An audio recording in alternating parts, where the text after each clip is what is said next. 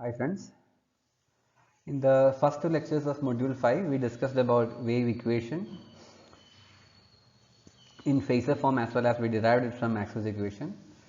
Now here onwards we are getting into the wave nature, electromagnetic wave propagation. Let us see what is meant by waves first, and that will help us to understand how electromagnetic wave propagates. Basically, waves are means of transporting energy or information. Just when I am talking to you, sound is a wave that is coming out.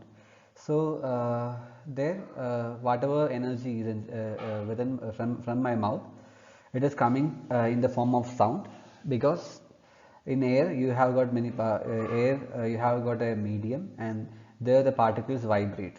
So that is what we call a sound wave, with which it gets propagated. Okay.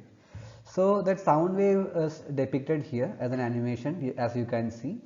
So the interesting part is that this kind of wave we call as longitudinal waves. Why?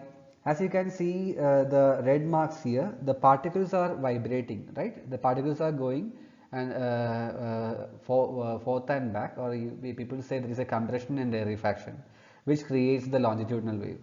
So let me say the sound is getting propagated in this direction. Okay, sound is propagated in this direction.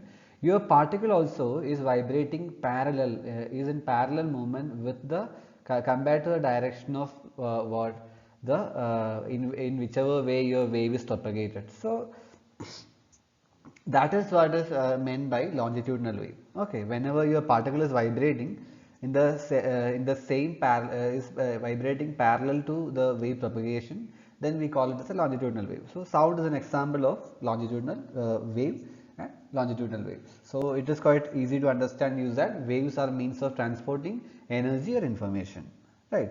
Now we have got other waves, right? So here another example is shown. Here, as you can see, the wave is propagating in this direction, right? The wave is propagating in this direction, but the particles are vibrating perpendicular to its propagation direction. Such a kind of wave we call as what we call as transverse waves, right? Transverse, as the word implies. Propagation direction is one way and your particles are vibrating in another direction. Okay, so that is what is meant by transverse wave.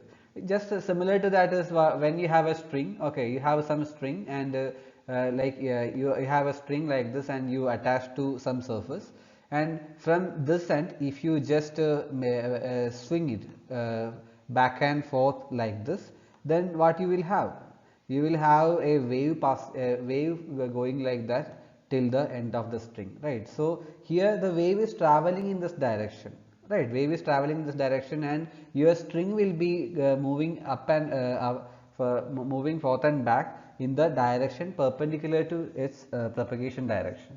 So that is what is meant by a transverse wave. Quite clear, right? Right. So how can we represent it? That is what we are going to see first. So what mathematically when we speak, what is meant by wave, or what it is? Like we can say that a wave exists when a disturbance at a point A at time t0. Let me say at a disturbance at a point time t0, like here, okay.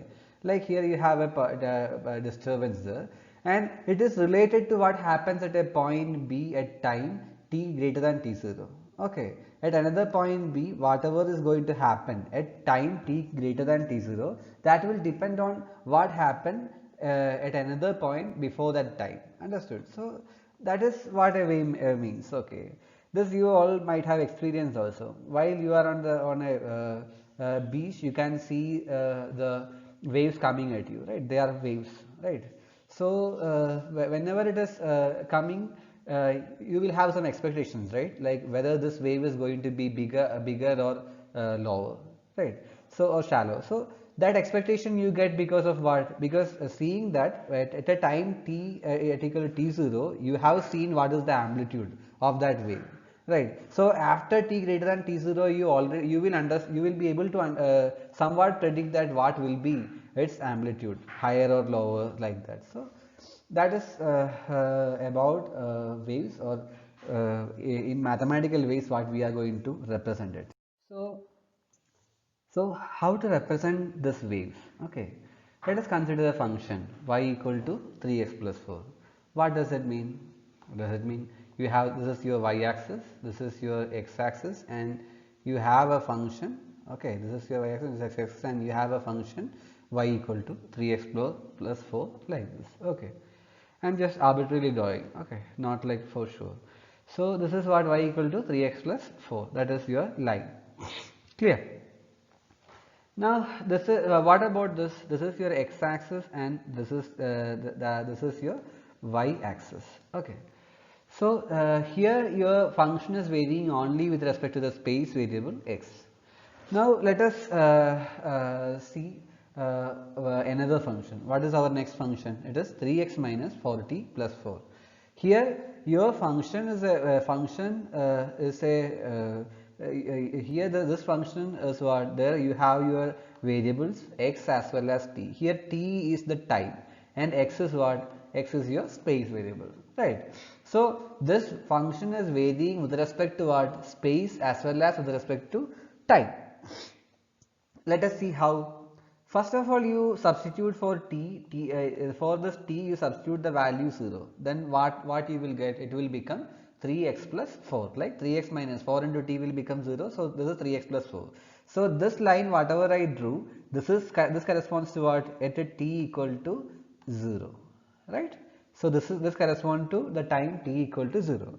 Now let us substitute which line substitute t equal to 1. Okay, now I am going to give t for t the value I am going to give is what? 1. Whenever I substitute t equal to 1, what will happen? 3x minus 4 into 1 means 4. So 3x minus 4 plus 4. So this 4 and 4 will get cancelled and you will have 3x. Right. So your line will pass through the origin. Right. This corresponds to t equal to 1. Right. So similarly, when now if I increase it again 3x minus 4t plus 4. So if it is t equal to 2, what will happen? This will become 3x minus 4 into 2, 8 plus 4. So this will become what? 3x minus 4. Am I right? Right. This will become 3x minus 4. So when I say 3x minus 4, what I mean, your slope is minus 4. So your line again got shifted like this. So this is for t equal to 2. Not slope, the y-intercept will change, right? So and slope will always remain the same because you have the 3x is not changing. So this way, as you can see, as time proceed, your line is traveling in this direction, right? Your line is traveling in the positive x direction. So that is how we represent a wave. Okay, that is how we represent, which is when the wave which is varying with respect to space as well as time. Okay, so it's a function of what? It's a function of space as well as time, space variable as well as time. So such examples you have already gone through in your electric machines, right? While learning in induction machines, you have seen rotating magnetic field, or in synchronous machine, right? You have already seen that how rotating magnetic field works, right? So you are quite familiar. Okay, there we did not get into electromagnetic field when it comes to rotating magnetic field. That is due to quasi-static approximation, which is not a concern for us now. Okay, so anyhow, there also what happens, your flux is varying in space with respect to space variable as well as with respect to time, right? That is why we called it a rotating magnetic field. That is the best example you have about the wave nature of field. So another part is what? Motion of a string. So there are examples of such motion. Okay. Now this equation we derived last time. I was there with you in lecture till the last substitution, and after substitution some of you got this answer. I think you are clear with this now. Del square V minus mu epsilon dot square V by dot T square equal to minus OV by epsilon, and in terms of the magnetic scalar potential, magnetic vector potential. So this wave equation is now known to you. Okay. Now if we consider it in one dimension, okay, and for a general, let me say a general scalar E. Okay, this E is not electric field, this is just a general scalar E. For the general scalar, let us consider in what? One dimension. Then what I am meaning? My meaning is like this. What is meant by del square? Del square means dou by dou square by dou x square into ax cap, right? Sorry, dou square by dou x square and plus dou square by dou y square plus dou square by dou z square. That is what I meant by what del square. When I say it is in one dimension, then you don't have the y z parts. You only have what dou square by dou x square. That is what I mean by one dimension, right? One dimension. When it comes to two dimension, then you will have what dou square by dou x square plus dou square by dou y square. So that we are going to apply. So our interest is in one dimension. That time that equation I can substitute like this, like what dou square e by dou t square minus u square into dou square e by dou z square equal to 0. Okay, here this dou square v by dou t square is with mu epsilon. Okay, just if you divide the both part by mu epsilon, then you will get 1 by mu epsilon, which is equal to this u square term here. Okay, we are just rearranging this equation, that much only, nothing else. Dou square e by dou t square minus u square into dou square e by dou z square equal to 0. So we are just rearranging it. You can check for yourself. And one more assumption we are going to make here is that in this wave equation you have this minus rho v by epsilon, whereas in this one dimension you have what 0 on your right hand side. Why is that? Why is that so? Here our assumption is that, okay, u is the wave velocity, that how it is coming you will see later. And the special case here, what we are considering is that our medium is source free. Okay, means what, our medium is source free. Okay, inside the medium there is no source, or there is no charge inside, or we can say rho v is 0. Okay, so that assumption we are taking into account. When we place rho v equal to 0 here, then you will get this RHS, that it is equal to 0. Okay, so that is the condition that we are going to consider. Okay, you might wonder why I am doing so. Like wherever you take, like some dielectric medium is there. Okay, and let us say whatever is our area of his interest is in between the two plates. Okay, in between these two plates, wherever we apply electric field. So this is our area of interest. This is our area of interest, and normally what we will apply an external electric field and see what is the condition of our field in this area. Right, then what happens, your source is outside only, you don't have any source inside this, inside this area, right? So that is our condition here. That is why we say a source free. Such a situation comes many times in electromagnetics when we want to analyze our electromagnetic field. So that we will go with that assumption. What is the solution of such an equation? Solution of this is the partial differential equation, right? Dou square e by dou t square. Here the partial differentiation is with respect to time, and here the partial differentiation is with respect to space. Okay, so as I said, in one dimension, I am here that dimension I am considering in the z direction. Okay, not x or y. I am considering that dimension in terms of what, in the direction is in the z direction in space. Okay. So this is our equation that we are considering. So such an equation, when we take solution, we don't have to derive that solution. So if we have a partial differential equation in mathematics, you might have already gone through this partial differential equation of this kind. Then the solution will have two terms. One is E plus, that you can have two solutions, E plus, which is what, f of z minus ut, a function of what, z minus ut, where u is this wave velocity, and then another function e minus, where this is equal to g of z plus ut.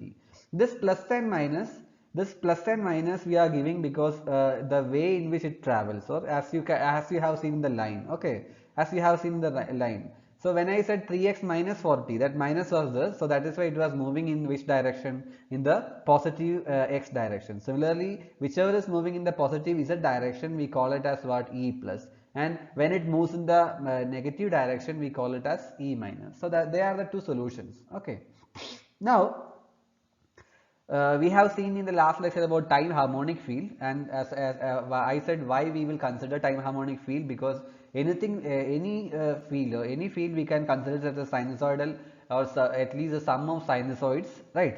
So if we assume a time harmonic field, then we can write this our wave equation, right? Our wave equation we already have, so that we can write as what, this is our wave equation, and that wave equation we can write in phasor terms. How we will write that?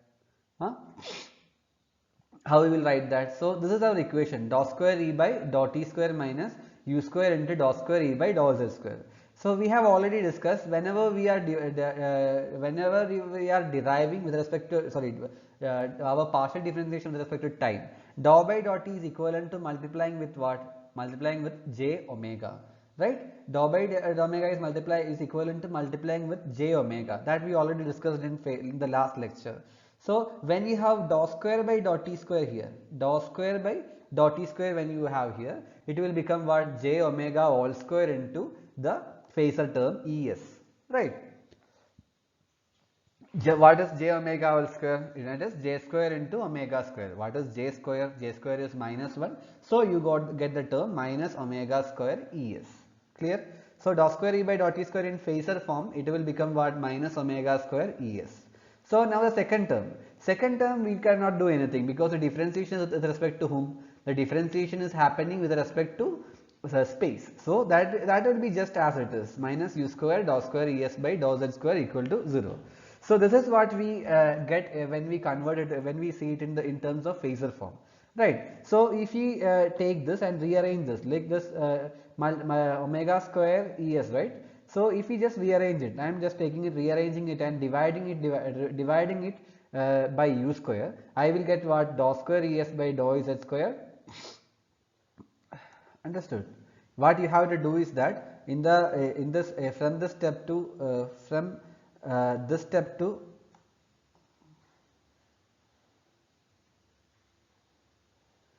while coming from this step to this step, you have to just do one thing only, same equation, divided by minus 1, then multiply it by minus 1, then divide it by u square. So you will get this term. Okay, dou square, both negative terms are there, so since RHS is 0, you can write both as positive also. So dou square Es by dou Z square, that is one term, plus omega square by u square into Es equal to 0. Omega square by u square into Es equal to 0. This omega square by u square or omega by u, that we will call as, that particular part we will call as what? That particular part. So omega square by u square, that we will call as beta square, or omega by u is beta. Okay, that is also called as the wave number, that we will see again afterwards. So such an equation, such a wave equation, when you have its solution, since it is in terms of what? It is in terms of the phasor quantity. Its solution is given by what? E plus is equal to a e raised to j into omega t minus beta z, right? Because we already know what is E plus. Here when we have already known the phasor form, and it is a harmonic field, it will be equivalent to what? A e raised to j omega t minus beta z. The second term is what? Second solution is E minus is b e raised to j omega t plus bz.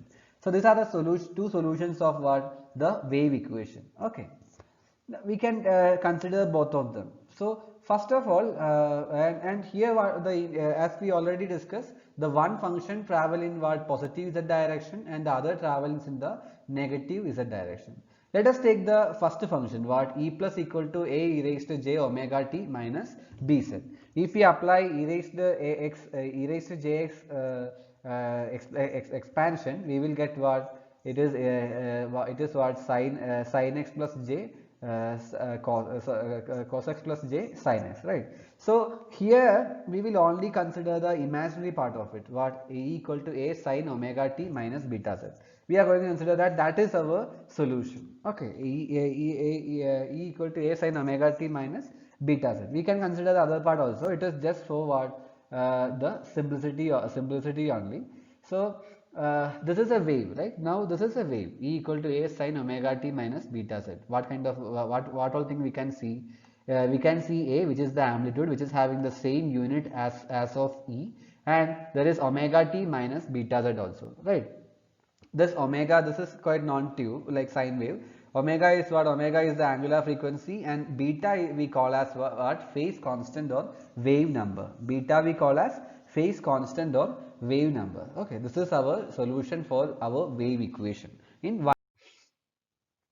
Now let us see this wave in detail once. Right, we should understand this wave in detail. So E equal to a sin omega t minus beta z, that is our wave. Okay, so this we can represent in two ways. One way is what plot where we can take the time as constant, right? So when something is varying with respect to time as well as with respect to space, we cannot plot it in just in one diagram. So we are going to recreate in two ways. One is by keeping time t means a function which is where your two variables with respect to two variables it is varying. So first let us see plotting as t equal to constant. You are going to consider the time as what? Time as a constant. Then you will get your wave will come as like this. Understood? You will get an equation like wave will come as like this. What? Say a sine omega t minus beta z. Right? So you will have a wave equation like this with an amplitude like this. Here, what is varying? The variable is the space variable is z. So whatever be the whatever this variable called lambda, that is the wavelength. Understood? Because for the wave to repeat itself, it will take what? It will take lambda meters in space. Understood? That is what it means. For the wave takes lambda meter to repeat itself in space. So that distance is what we call as the wavelength of a wave for this particular wave. Now similarly, when we take the z constant, means we are plotting it with respect to time. So with respect to time also, what it will take some time to repeat itself. That time we call as the time period of the wave. Clear? It is quite clear from the two figures, right? Using the t constant, you will understand what is meant by wavelength. To repeat in space, how much length it is taking, and the second part will tell us how much time it will take to repeat itself in space at the particular point. Okay, at a particular point in space, same there is what the your quantity is varying, right? Your quantity is sinusoidally varying, and for the same quantity to repeat at that particular point, how much time is taking. That is what is meant by the time period. Clear? So wave takes t to repeat itself in time at a particular point, that is called the period of the wave. Okay, so now we can relate these two things. Wavelength means what? As I said, it takes the time t, right? Wavelength means what? At space after some distance, the distance, right? So so how we can write that? The distance it need to travel is equal to the time period into velocity, right? So lambda will give you lambda equal to ut. That is the relationship between wavelength and time period. So the time period we can give as what? In terms of frequency, that we can represent as 1 by f, right? So if we substitute that formula, we will get that the velocity u equal to f times lambda. Okay, this is an important thing, u equal to f lambda. Clear? This is how velocity, frequency and wavelength are related. Velocity, frequency and wavelength are related. Now, so this gives a fixed relationship between whom? Wavelength and frequency, right? This gives a better understanding, u equal to f lambda. Now, what is omega? Angular frequency is given by 2 pi f. I am just running through this because you already know. Omega is given, angular frequency is given by 2 pi f. Okay, right? In radian per second it is 2 pi f. So, and the wave number beta. Wave number is given by what? Omega by u. Wave number is given by omega by u. Okay. So, we already know that t equal to 1 by f. So 1 by f, which is equal to what 1 by f means what? T equal to 1 by f, right? So which is equal to what? 2 pi by omega, right? So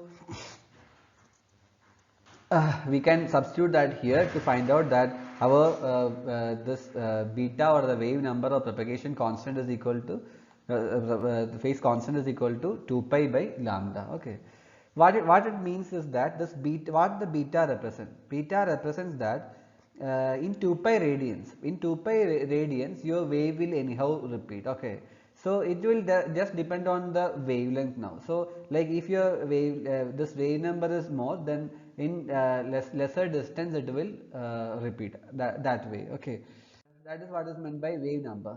Now how about the how is this waves will travel?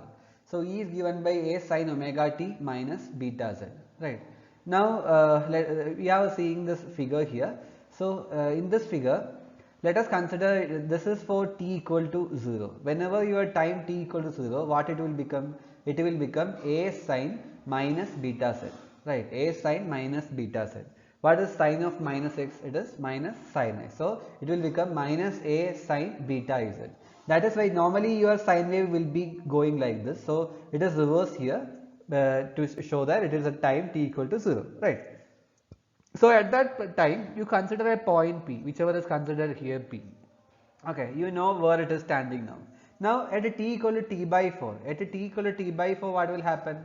At a t equal to t by 4, you will have, it is omega t, right? It is omega t. So in t time period, it will, how many radians it will be? 2 pi radians. In t time period, it will be 2 pi radians. So t by 4 means how much? Pi by 2, right? In one time period, in one period it means 2 pi radians. In half the time period it is what? Pi radians. In 1 by 4 it is pi by 2 radians. So it will become what? A sine pi by 2 minus beta z, right? It is here, it is plotted with respect to beta z. Okay.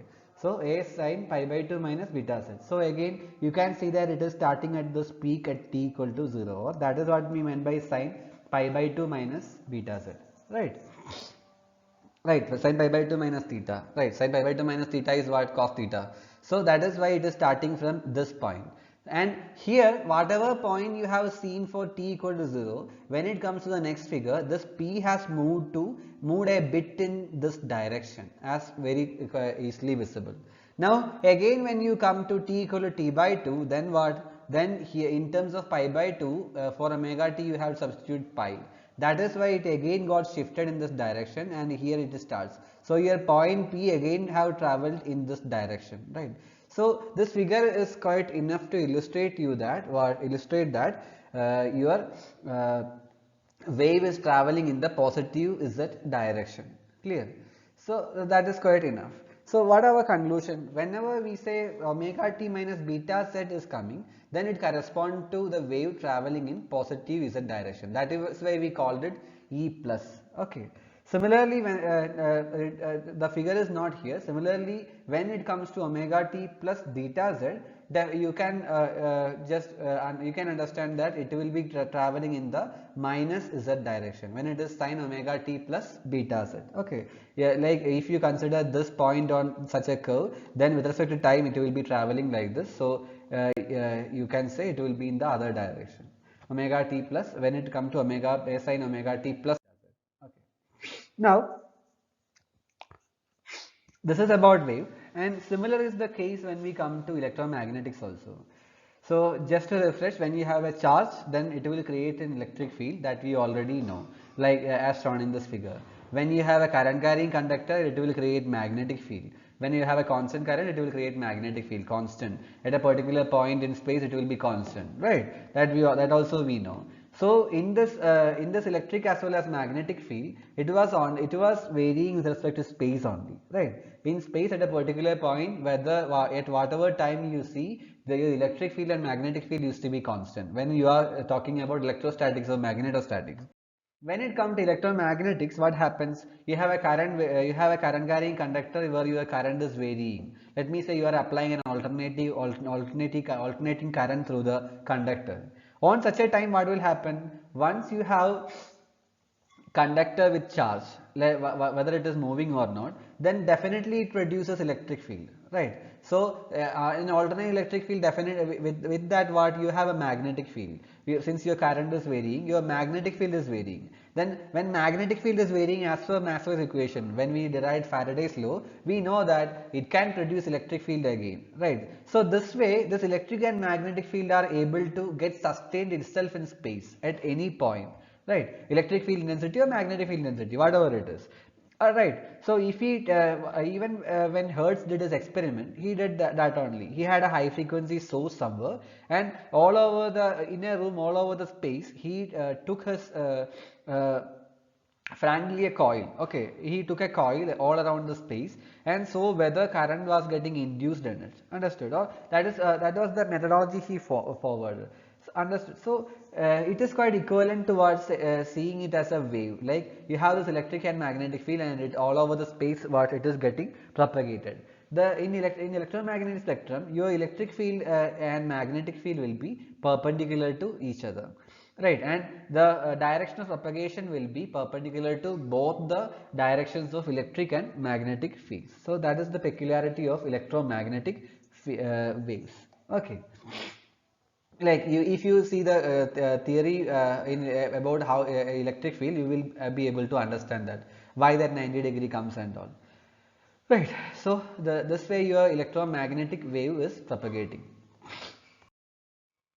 So this is another figure showing how your electromagnetic is propagating. Here your electric field is varying in with respect to Z, and your magnetic field is varying with respect to the X direction, and the wave is getting propagated in the Y direction. Okay. So one is we cannot say what is creating what. Electric and magnetic field, they sustain each other in space with respect to time, so it gets propagated. So this is how your electromagnetic wave is propagating. Okay.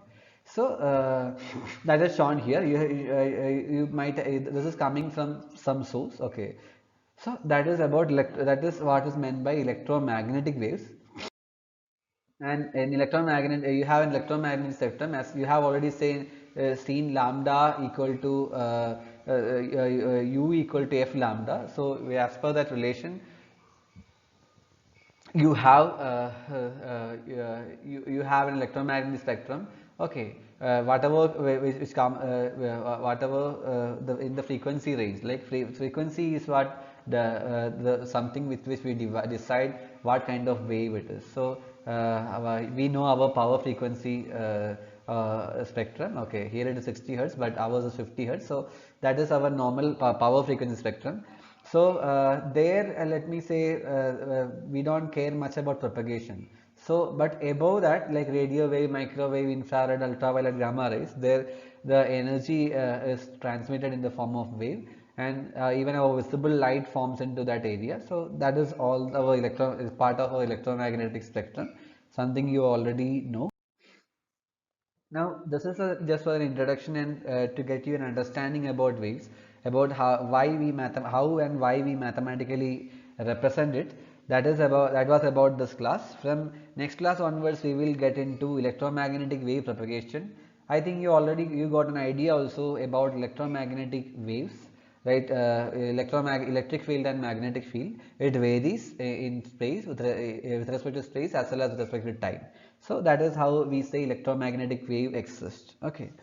So about that, how electromagnetic wave propagates, about that we will see in the next lecture. Thank you. Do your summary questions in Google Classroom.